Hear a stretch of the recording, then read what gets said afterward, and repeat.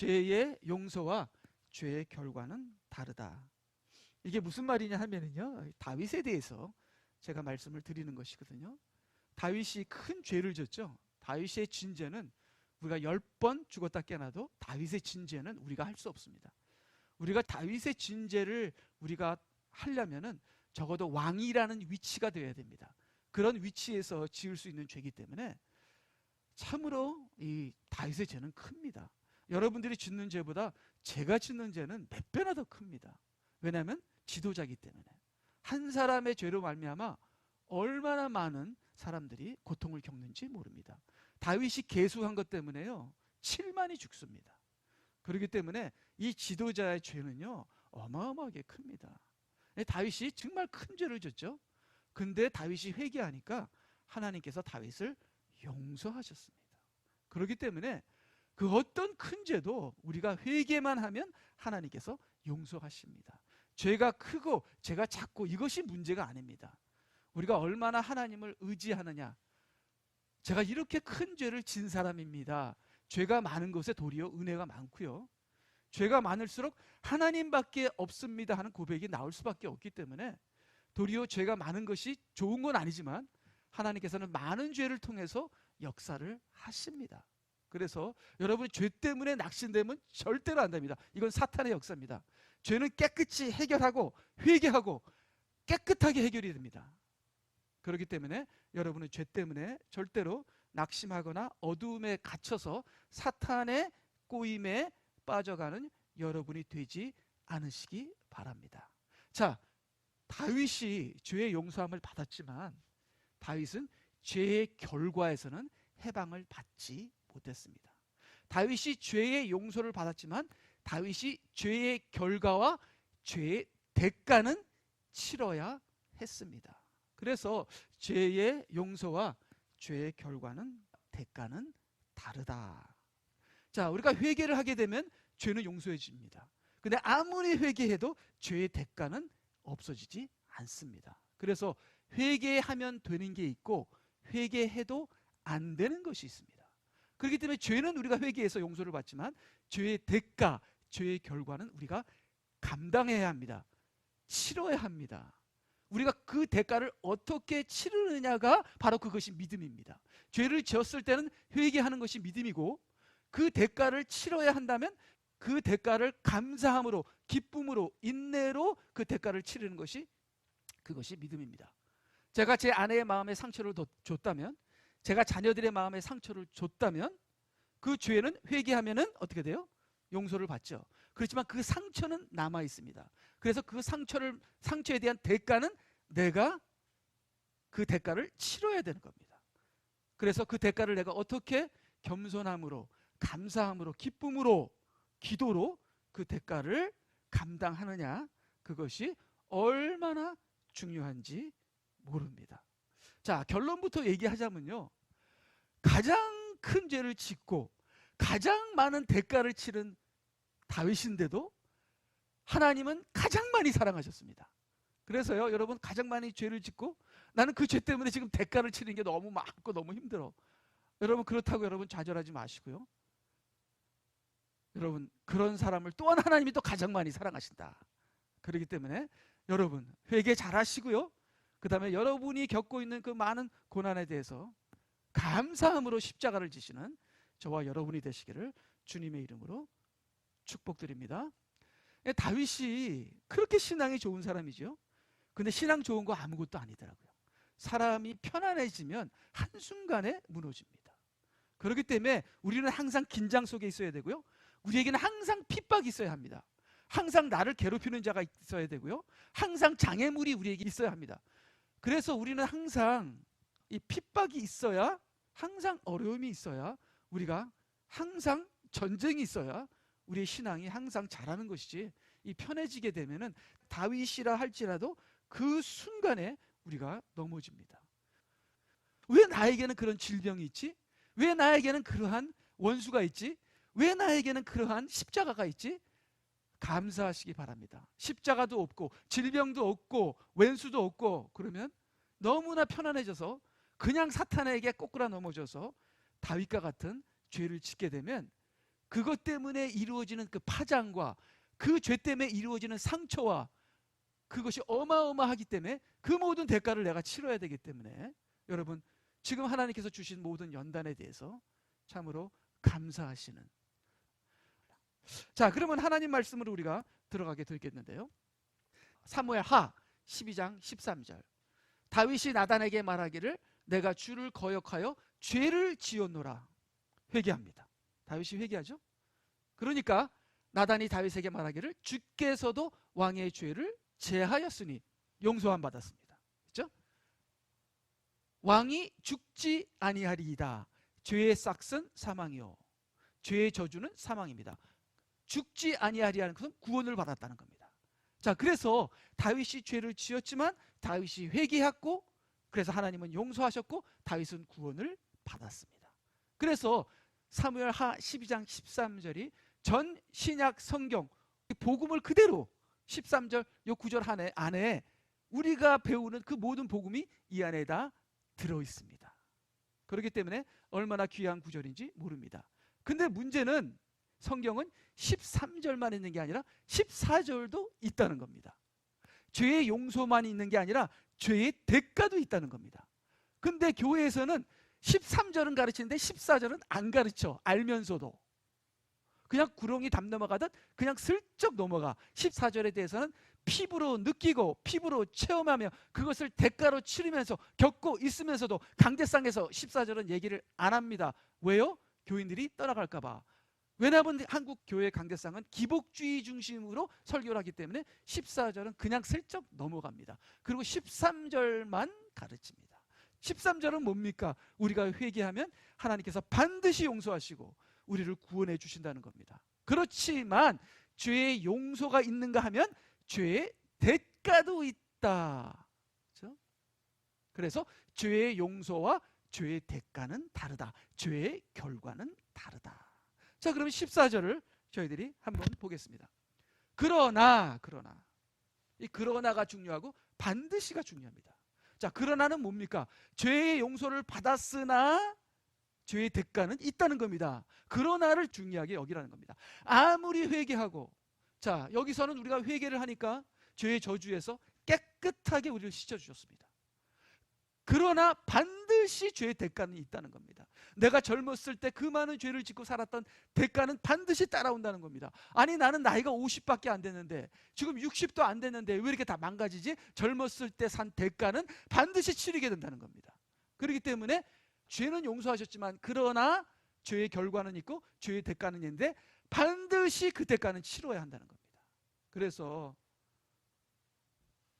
회개하면 이건 없어지죠. 회개해도 이거는 안 없어져요. 그래서 내가 회개하면, 내가 눈물로 금식하고 기도하면 없어지겠지. 천만의 말씀. 왜요? 아니, 왜 안 없애주십니까? 이 대가를 치러야 네가 인간이 되는 거라.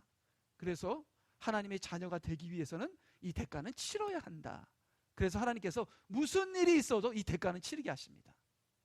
그렇지만 그 대가를 통해서 우리가 온전하게 성숙하게 된다는, 우리가 반드시 치러야 할 대가라는, 그러니까 대가가 다 다릅니다. 치르는 것이 다 다릅니다. 각 사람마다 다릅니다. 그렇지만 각 사람마다 우리에게 지어진 그 연단은 그 각 사람에게 최선이라 가장 적합한 것이다. 나는 왜 부모님이 그런 부모님 밑에 태어나서 왜 나는 그러한 불의인으로 왜 나는 이러한 삶을 살아야 합니까? 그것이 나에게 최선이기 때문에 그렇습니다. 그래서 하나님께서 나에게 주신 이 최선을, 내 아내를, 내 자녀를, 내 교회를, 내 환경을 감사하고 이 환경 속에서 믿음으로 승리하시는 최선의, 내가 승리할 수 있는 최선의 환경이 바로 지금 나의 환경이다. 지금 코로나가 일어나는 것도 이것을 통해서 우리가 승리해야 하는 겁니다. 따라가는 게 아니라, 세상을 따라가는 것이 아니라 우리가 그것을 승리해야 하는 것입니다. 그래서 우리의 환경 속에서 반드시 승리하는 여러분이 되시기를 바랍니다. 자, 그래서 여기서 죄의 결과가 있고 죄의 대가가 있습니다. 그러나 이 행실로 인하여 왕이 주의 원수들에게 하나님을 모독할 큰 구실을 주었으니 왕에게 태어난 아이가 반드시 죽으리이다. 자, 우리가 죄를 짓게 되면요, 죄의 결과가 따라옵니다. 그 죄의 결과는 뭐예요? 하나님이 큰 손해를 보십니다. 우리가 죄를 지을 때, 특별히 이 목사가 죄를 지을 때 그 하나님 나라, 교회 안에 그 손실이라는 건 이루 말할 수 없습니다. 하나님의 이름이 모독을 당하고요, 하나님이 참 큰 곤욕을 치르십니다. 자, 그것이 내가 지은 죄의 결과입니다. 그리고 또 내가 치를 대가는 내 아들이 죽는 거예요. 내가 가장 사랑하는 사람이 상처를 입게 되고, 주님께서 핏값으로 사신 교회가 큰 손실을 보는 것이 내가 지은 죄입니다. 용서함은 이렇게 간단히 받았지만 이 내가 지은 죄로 인하여 빚어지는 이 파장은 너무나도 가슴이 아픈 것이죠. 이것 때문에 우리가 참 회개하시고 가슴도 아파하시고 또 대가도 치르시고, 그러나 이것 때문에 우리는 또 승리하고 기뻐하게 됩니다. 왜? 다윗의 삶이 그랬으니까요. 자, 그래서 우리가 다시 한번 정리를 해보게 되면요, 그 다음 보게 되면 죄의 저주는 사망이죠. 죄의 결과는 황폐입니다. 상처요, 깨지는 것이요. 내가 죄를 딱 짓고 난 다음에 딱 보면은요, 다 깨져 있어요. 다 황폐가 됐습니다. 관계도 깨지고요, 몸도 망가지고요. 그 결과는 내가 치러야 할 대가입니다. 그렇지만 죄의 저주와 사망은 우리가 회개하게 되면은 용서를 받고 해방을 얻고요, 대가는 없습니다. 죄의 저주와 사망에 대한 대가는 없습니다. 예수 그리스도가 대속으로 다 해결하셨습니다. 그렇지만 죄의 결과에 대한 대가는 우리가 치러야 한다. 첫째는 원수가 일어나서 다윗의 아내를 대낮에 사람이 보이는 데서 욕을 보이게 됩니다. 자, 이 다윗이 치른 대가를 보게 되면요, 다윗이 한 대로 대가를 받습니다. 다윗이 심은 대로 대가를 받습니다. 그래서 나에게 왜 이런 일이 일어나지? 그것은 내가 한 대로 그 보응을 받는 것입니다. 그래서 누구를 책망하거나 누구를 판단하거나 그 탓을 누구에게 돌리는 것이 아니라 내 탓이요, 바로 내가 그대로 보응을 받는 거죠. 참 하나님께서는 공의로우시고 완전하시기 때문에 하나님께서는 혼을 내셔도 대가를 치르게 해도 내가 심은 대로 거두게 하신다. 자, 그래서 이 참으로 착한 우리아에게 다윗이 갑자기 원수가 돼서 우리아의 아내를 빼앗았습니다. 네가 우리아에게 원수가 돼서 우리아의 아내를 빼앗은 것처럼 너도 네 아들이 너의 원수가 돼서 네 아내를 대낮에 욕보이리라. 참 무섭죠. 네, 무섭죠. 그래서 우리가 받은 그대로, 그래서 많은 목사님들이 대낮에 어두움에 지었던 죄를 대낮에 그 스캔들이 터지게 됩니다.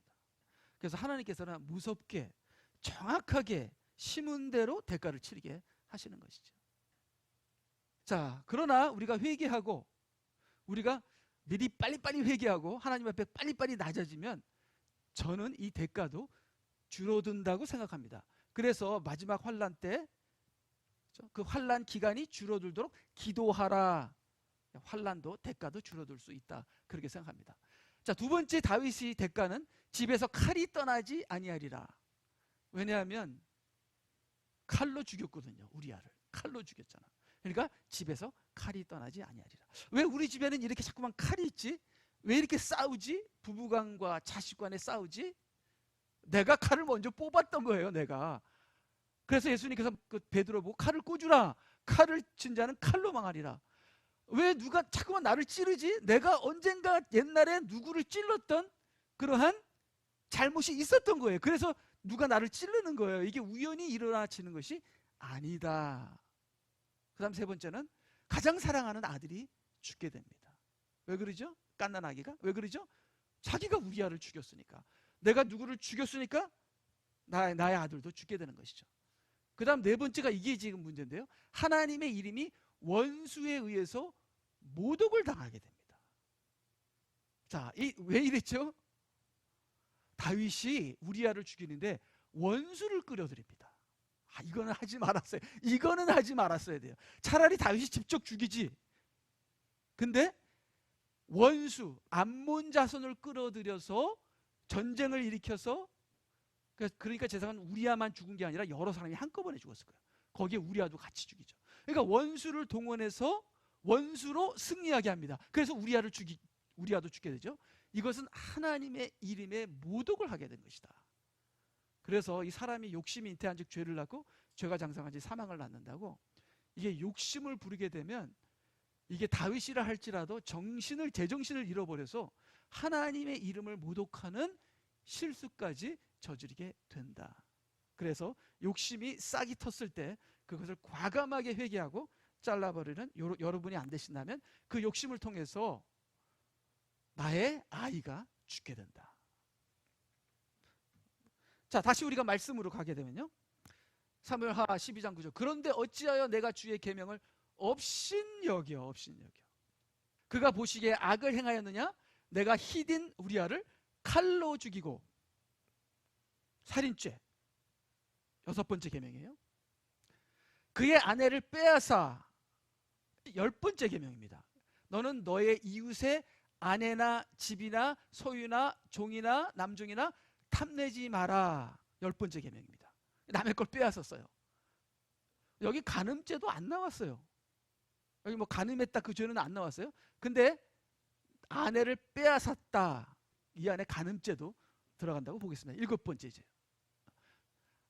아내로 삼았으며 암몬 자손의 칼에 그를 죽게 하였다. 이건 또 다른 계대로 그래요. 자, 그러면 6번째 계명, 7번째 계명, 10번째 계명 플러스 암몬 자손의 칼에 의해서 우리아를 죽게 하였다. 자, 이거는 아까 얘기했죠. 하나님의 이름을 모독하게 한 죄가 되는 것이죠. 그렇기 때문에 지금 많은 목사님들이 세상을 교회 안에 끌어들이거든요. 그래서 교회가 세속화되면서 교인들이 영으로, 말씀으로, 변질된 말씀을 가르쳐서 교인들이 죽게 되거든요. 이것이 암몬 자손을 끌어들여서 그 암몬 자손의 칼에 교인들을 죽이는 거예요. 그 충성스러운 우리아를 암몬 자손들의 손에 죽게 하는 겁니다. 자, 모세가 손을 내릴 때 어떻게 했어요? 이스라엘 백성들이 칼에 맞아 죽었잖아요. 목사가 기도 안 할 때, 제 얘기하는 것 같아요. 예. 이 얘기를 하려고 한 거 아닌데, 예. 목사가 기도 안 할 때 교인들이 사단의 손에 의해서 죽는 거예요. 이거는 10계명, 6계명, 7계명 그보다 더 무서운 하나님의 이름을 모독하는, 하나님의 영광을 가리는. 그러니까 원수들이 얼마나 웃겠어요. 아이고, 하나님 아무것도 아니네. 하나님의 자녀들 내가 마음대로 죽이네. 하나님의 이름이 완전히 땅에 떨어지는 죄를 짓게 한 것이 암몬 자손으로 우리아를 죽게 한 겁니다. 그렇기 때문에 교회 안에는 세속화, 기복주의, 인간 중심으로 우리 가정과 우리 교회는 절대로 인간 중심으로 사단의 세력이 들어와서 교회를 지배하지 않도록 우리의 삶을. 그래서 다윗도 차라리 하나님이 우리를 혼내주세요. 원수의 손에 의해서 너희가 석 달 원수에게 쫓길래 7년 기근이 들래? 아니면 3일 동안 전염병 할래? 하니까 원수의 손에는 안 됩니다. 원수의 손은 싫어요. 사울도 그랬잖아요. 원수의 손에는 날 죽게 하지 말라. 이게 원수의 손으로, 원수의 손, 사탄의 주권으로 우리가 망한다는 건 절대 있을 수 없다. 그건 하나님이 용납하지 않은 겁니다. 하나님의 이름에 모독하는 것입니다. 그렇기 때문에 마지막 때 적그리스도가 세계를 다스리고 교회가 WCC화되고, 그렇죠? 우리 교회가 세상의 방침을 따르고 짐승의 표를 받고 적그리스도의 지배 아래 교회가 들어가고, 이건 절대로 안 되는 겁니다. 이건 하나님의 이름에 모독을 하는 거죠. 그걸 어떻게 아느냐고요? 여러분 요한계시록 읽어보세요. 적그리스도가 하나님을 모독하는 참담한 말을 합니다. 왜 그러죠? 참담한 말을 할 만하네. 온 세상이 내 손에 들어왔고, 하나님의 교회도 다 배도하고, 목사란 목사, 교인들은 다 WCC에 속하고, 세상이 하라는 대로 다 따라하고, 짐승의 표도 다 받고, 하나님이 뭐야? 하나님 아무것도 아니네. 내가 하나님이야. 내가 그리스도야. 예수 그리스도가 십자가에 못 박힌 거, 피를 흘린 거, 그게 뭐야? 아무 소용이 없네. 적그리스도가 자기가 그리스도라고, 적그리스도가 자기가 하나님이라고 하면서 참남한 모욕을 하나님께 하더라 하고 요한계시록에 나와 있잖아요. 자, 그러니까 이렇게 암몬 자손이 이스라엘 백성을 죽이는, 전쟁을 이기는 것은 하나님 앞에는 치욕적인 모욕이다. 근데 그걸 다윗이 한 겁니다. 그러니까 아들이 죽는 거예요. 그렇기 때문에 특별히 목사님들은 자녀가 잘못됩니다. 제가 한 번은 누구 보고 제 목사님 아들인데요. 그러니까 죄송합니다. 제가 칭찬해서 목사님 아들인데 왜 이렇게 착해요? 그러더라고. 그러니까 그 사람은 목사님 아들은 전부 다 망나니만 봤어. 왜 그러죠? 목사님들이 교회 안에 사단의 세력을 들어와서 인간주의, 인본주의, 세상적인 것을 들여와서 교회 안으로 사탄의 플레이, 놀이바다가 되게 한 그런 하나님의 이름을 모욕하게 한 죄를 졌기 때문에 아들이 잘못된 겁니다. 그래서 요한계시록에 어느 교회죠? 두아디라 교회인가요? 내가 내 자식을 죽이리니, 거짓 선지자, 여선지자에게 그렇게 얘기를 하죠. 자, 그래서요, 사무엘하 12장 10절, 내가 나를 업신여기고 히딘 우리아의 아내를 빼앗아 내 아내를 삼았으니 그러므로 이제 칼이 내 집에서 결코 떠나지 아니하리라. 그래서 다윗이 하나님의 계명을 어길 때는 하나님을 업신여긴 거고요, 주의 계명을 업신여긴 것이고요, 암몬 자손을 끌어들인 것은 하나님을 모독한 겁니다. 그래서 다윗도 하나님을 모독했고 암몬 자손도 하나님을 모독했고, 자, 이렇게 많은 죄를 지었습니다. 그래서 죄는 용서받지만 죄의 결과는, 이건 참 무서운 거죠. 따라오는 거고, 그 결과에 대한 대가는 우리가 치러야 한다. 자, 계속 읽겠습니다. 그 다음에 11절, 주가 이같이 말하노라. 보라, 내가 내 집에서 너를 대적하는 악을 일으키리라. 그래서 우리는 이 악이 원수거든요. 우리는 원수를 이겨야 돼요. 근데 원수를 이기지 못해. 자꾸만 원수한테 내가 집니다. 그럼 여러분 이렇게 생각하시면 돼요. 이건 하나님이 보내신 원수구나. 이 악에서 내가 벗어날 수가 없어. 자꾸만 그 사람이 나를 자꾸만 괴롭혀. 내가 여기서 벗어날 수가 없어. 이건 하나님이 일으킨 악이에요. 그러니까 그때는 어떻게 돼요? 놔둬요. 악이라도 원수라도 내가 이 사람을 대적하면 어떻게 돼요? 내가 하나님을 대적하게 되는 거예요. 이건 내가 치러야 될 대가입니다. 우리가 지혜롭게 해야죠. 그래서 주가 이같이 말하노라. 보라, 내가 내 집에서 너를 대적하는 악을 일으키리라. 내가 내 눈앞에서 내 아내들을 취하여 내 이웃에게 주리니 그가 대낮에 내 아내들과 더불어 동침하리라. 자, 그래서 우리는 죄는 언제 져요? 우리는 밤에 죄를 짓습니다. 근데 그 대가는 언제 치러요? 낮에 치르게 되는 겁니다. 우리가 죄는 언제 져요? 밤에 몰래 어두운 가운데 죄를 짓습니다. 근데 우리는 언제 심판을 받아요? 빛의 심판을 받습니다. 그렇기 때문에 정치인들이나 종교인들이 스캔들이 터질 때 모든 사람들이 알게 되는 거예요. 하나님께서 진노하실 때는요, 낮에 진노하십니다. 우리는 밤에 죄를 짓지만. 자, 그렇게 되면요, 여기 보니까 12절, 내가 그 일을 은밀히 행하였으나 나는 이 일을 온 이스라엘 앞에서 대낮에 행하리라. 그렇게 하나님께서 말씀을 하신 것이죠. 자, 그러면 그 다음으로 넘어가겠습니다.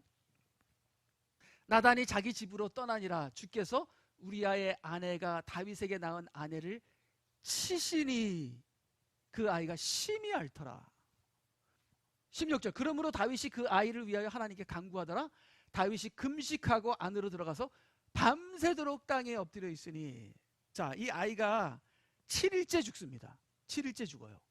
자, 그러니까 다윗이 제 생각에는 적어도 7일은 금식을 했다, 그렇게 생각합니다. 먹지도 않고 주의 전에 들어가서. 자, 근데 아이가 반드시 죽습니다. 자, 그러면 다윗이 기도가 모자랐나요? No. 이 정도 기도했으면 기도 많이 한 겁니다. 금식이 모자랐나요? No. 이 정도 금식하면 많이 금식한 겁니다. 하나님이 자비가 모자란가요? No. 하나님은 자비하십니다. 다윗이 용서를 안 받았나요? 용서를 받았습니다. 안 되는 건 안 되는 겁니다. 우리가 아무리 기도하고 금식해도 안 되는 건 안 되는 겁니다. 회개로 되는 것이 있고 회개로 안 되는 것이 있다. 그렇지만 그럼 7일 동안 금식한 것이 헛됐을까요? 이 7일 동안 금식한 것은 다윗을 위한 것이었습니다. 이 금식을 안 했으면 다윗은 미쳐버렸을 거예요. 근데 이 7일 동안 살려주세요 하고 기도해서 살지는 못했지만 다윗이 살았어요. 다윗이. 아이는 죽었지만 다윗이 살았어요. 그러니까 제가 하는 그 결론은 뭐냐? 네 아이가 죽는 건 할 수 없다는 거예요. 근데 나는 죽지 말자는 거예요. 지금 내 죄 때문에 터져서 일어난 이 모든 그런 현상, 그건 할 수 없어요. 이건 하나님도 치러야 되는 거고 나도 치러야 되는 거예요. 그렇지만 이 일어난 그런 현상 때문에, 그 대가 때문에 내가 죽지는 말자는 거예요. 여러분이 죽으면 안 됩니다. 이 대가는 나를 성숙하게 하고 나를 살리기 위해서 주신 것이지 나를 멸망케 하기 위해서 대가를 주신 게 아니에요. 물론 내가 대가를 치르지만 이 대가 때문에 여러분이 죽지는 마세요. 도리어 이 대가로 인해서 여러분이 성숙해지시기 바랍니다. 그래서 다윗이 7일 동안 기도했기 때문에 다윗은 아들이 죽은 다음에 도리어 다윗이 회복이 됩니다. 아들이 죽으면 다윗도 죽어야 되는데 아들이 죽으니까 다윗이 회복이 돼요. 왜? 이건 할 수 없는 거구나. 아들은 죽을 수밖에 없는 거구나. 그렇지만 어떻게 해요? 할 수 없는 거고 안 되는 건 안 되는 거고 이제는 나라도 정신 차려서 하나님을 위해서 살아야겠다. 그래서 아들이 죽은 다음에 모든 신하들은 다윗이 큰일 날 줄 알았어요. 아들이 살아있을 때 그렇게 슬퍼하시더니만 이제 아들이 죽었으니까 다윗이 꼬꾸라지겠구나 이렇게 생각했는데 아들이 딱 죽으니까 다윗이 정상으로 돌아갑니다. 그건 뭐예요? 받아들였다는 거예요. 대가를 받아들이고 이제는 내 손 하나가 부러져 나갔네? 할 수 없지. 그럼 다른 손으로 이제는 하나님을 위해서 살면 되는 거예요. 그렇게 다윗이 마음을 고쳐먹게 되는 겁니다. 자, 그래서요 계속 읽게 되면은 다윗이 그의 신하들에게 말하기를 그 아이가 죽었느냐? 그래도 한 가닥 희망은 있습니다. 내가 7일 동안 금식했으니까 아이가 혹시 살지 않을까. 예. 근데 하나님께서는 그 한 가닥 희망도 안 주십니다. 예. 그러니까 안 되는 건 안 되는 거예요. 저는 그렇죠. 죄송합니다. 오해하지 마세요. 교인 한 명이라도 더 오지 않을까, 뭐 예를 들어서. 근데 끝까지 하나님 아닌 건 아니야. 뭐 우리 교회 헌금이라도 뭐 100불이라도 더 들어오지 않을까? 예. 그러면 또 하이티 선교 더 그냥 멋있게 그냥 하이티 가서 그냥 돈을 막 뿌리면서 그냥 이런 허황된 아닌 건 아닌 게예요. 아닌 것이 얼마나 감사한지 몰라요. 지금 돌아보면. 만약에 허황된 것을 하나님께서 나에게 주셨다면 난 벌써 이게 완전히 마귀가 되어버렸을 거예요. 그러니까 그 어느 누구도 마찬가지입니다. 다윗이라 할지라도 허황된 것이 있으면 그렇게 죄를 짓게 되는 거예요. 근데 아닌 것이 너무나 감사해요. 아이가 죽으니까 그때 다윗이 정신을 차렸어요. 아닌 건 아니다. 조금 조금 좀 잘해주세요. 제가 기도를 더 하겠습니다. 아닌 건 아닌 거예요. 그래서 죽었구나. 그러자 다윗이 땅에서 일어나 씻고 기름을 바르고 그의 의복을 갈아입고 주의 집으로 들어가서 경배하더라. 이게 정상으로 돌아옵니다. 회복이 됩니다. 아이가 죽어서 회복이 돼요. 그러니까 우리가 치르는 대가에 대해서 너무 부정적으로 생각하지 마세요. 엎질러 지르물은 할 수 없습니다. 죽은 건 죽은 거고 이제 산 사람은 이제 하나님을 위해서 일해야 돼요. 회개했잖아요. 대가는 치러야 돼요. 그렇지만 우리가 갈 길은 가야 하는 겁니다. 그렇죠? 그리고 나서 그가 자기 집으로 와서 음식을 청하고 그들이 그 앞에 음식을 차려놓으니 그가 먹더라. 기름을 바르고 성령 충만하고 먹더라. 말씀을 먹고 그 다음에 영과 진리로 영과 말씀으로 예배를 드리고. 그렇죠? 그 당신이 진 죄를 좀 생각해. 알죠. 그것 때문에 저는 회개하고요. 대가도 치르고 있습니다. 그건 그거고 나는 하나님의 말씀과 진리로 하나님을 경배하겠습니다. 내가 치르는 대가는 그거고 내가 죄진 거는 죄진 거고 그건 용서함 받았고 대가는 치르고 있고 그러나 동시에 나는 하나님을 경배하겠습니다. 전진하겠습니다. 하는 것이 다윗의 믿음이다. 그래서 그 다음에 제가 정리한 것은 회개할 것은 회개하고 대가를 치러야 할 것은 치르고 잊어야 할 것은 잊고 내려놓아야 할 것은 내려놓고 그 다음에 전진해야 한다. 하나님의 품으로 하나님의 사랑 안으로 전진해야 된다. 하나님 저는 그런 많은 죄를 졌어요. 그리고 내가 지금 치르는 대가 너무 비참해요. 나 같은 죄인을 하나님께서 받아주십니까? 받아주시죠. 더 사랑하세요. 더 사랑하세요. 그렇기 때문에 우리는 내려놓을 걸 내려놓고 죽을 건 어떻게 할 수 없잖아요. 죽었잖아요. 대가는 당연히 치러야 돼요. 한 팔, 한 다리, 한 눈, 그냥 병신으로 우리는 살아야 되면 사는 거예요. 그렇지만 우리는 하나님의 관계 안으로, 그 품 안으로 들어가서 더 깊은 하나님과 교제하는, 그렇다고 해서 대가가 없어진 것도 아닙니다. 근데 용서는 받았죠. 그러한 여러분이 되시기를 바랍니다. 그래서 그 다음에 대가를 치르는 자세는, 우리 대가를 치를 때는 첫째, 주님이 우리 죄를 용서하셨다. 이걸 잊지 마세요. 잊지 마세요. 그렇죠? 이 대가를 치른다고 용서 안 하셨다는 거 아닙니다. 주님께서 우리 죄를 용서하셨다. 그렇지만 지금 그 내 죄 때문에 이 너무나도 문제가 생기고, 그 다음에 그 대가는 내가 치르고 있다. 그것은 내 잘못이다. 그러므로 아무도 원망하지 않는다. 내가 왜 이 남편이랑 결혼했지? 그 원망을 하지 않는다. 내가 왜 우리 남편이 일찍 돌아가셨지? 그 원망을 하지 않는다. 우리 교인들 얘기하는 거예요. 도리어 낮아지고 가난하게 된 것을 감사한다. 그래서 참 나에게 가난함이 있음을 감사합니다. 우리 교인들 중에 누가 가장 가난할까요? 저는 가장 가난하지는 않아요. 저는 솔직히 부한 편입니다. 너무나 부해요. 저는. 그게 저의 문제예요. 근데 우리 교인들 중에서는 참으로 가난하신 분들이 계십니다. 가난할수록 겸손해지고, 겸손해질수록 하나님의 은혜가 충만한 것이죠. 그래서 우리 감사하셔야 합니다. 그래서 여러분이 참으로 가난하신 분들은 감사하시기 바랍니다. 다섯 번째, 이 가난함으로 오직 주님과 하나됨을 기쁨으로 찬양하시고요. 그 다음에 이제 주님이 재림하시면 내가 완전한 회복을 갖게 된다는 것을 소망하시고 기다리시고 찬양하시는 여러분이 되시기를 바랍니다. 자, 그리고 마지막으로요, 그 다음 보게 되면 이게 마지막입니다. 이게 마지막 구절인데, 다윗이 이제는 밧세바를 위로합니다. 다윗이 대단해요.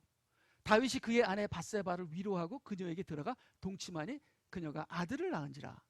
그가 그의 이름을 솔로몬이라 하니라. 주께서 그를 사랑하심으로 선지자 나단의 손을 통하여 그의 이름을 여디디아라고 하셨으니.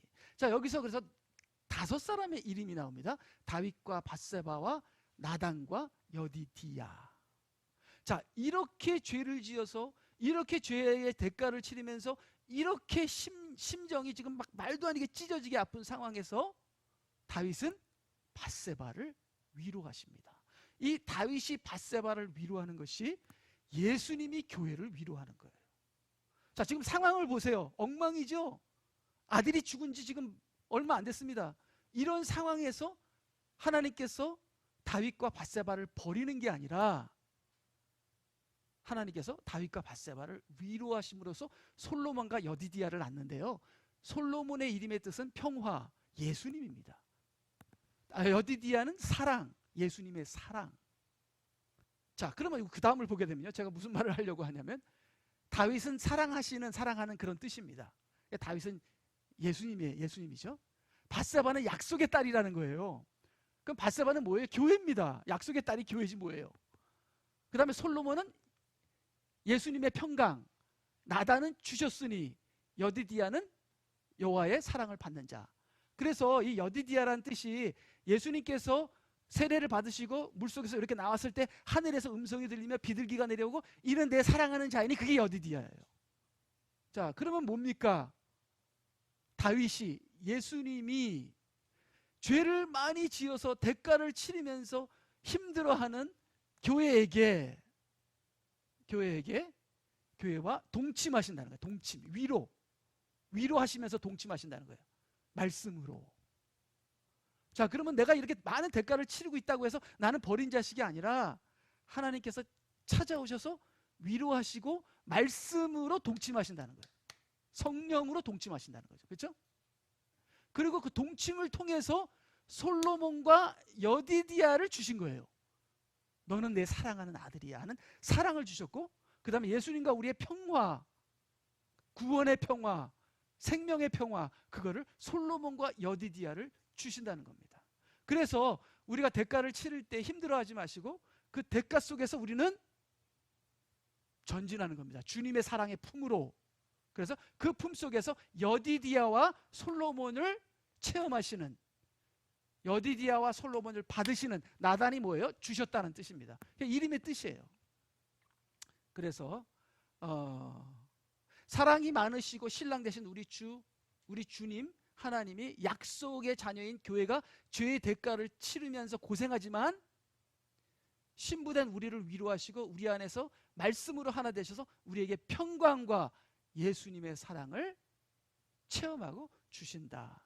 바로 그것이 방금 잠깐 뒤로 돌아가게 되면 그것이 사무엘하 12장 24절, 다윗이 그네 안에 밧세바를 위로하고 그녀에게 들어가 동침하니 그녀가 아들을 낳은지라 그가 그 이름을 솔로몬이라 하니라. 그리고 나단은 솔로몬도 있지만 여디디아라고도 부르세요. 나단이 그러니까 다윗이 솔로몬을 솔로몬이라고도 부르고 여디디아라고도 부르더라. 그렇게 나와 있습니다. 그래서 우리 모두가 우리의 삶 속에서 주님과 함께 동침하시고 하나가 되셔서 우리의 삶 속에서 솔로몬과 여디디아가 충만한 그러한 주님과의 깊은 교제로 살아가시는 저와 여러분이 되시기를 주님의 이름으로 축원합니다. 아멘. 다 같이 기도하시겠습니다.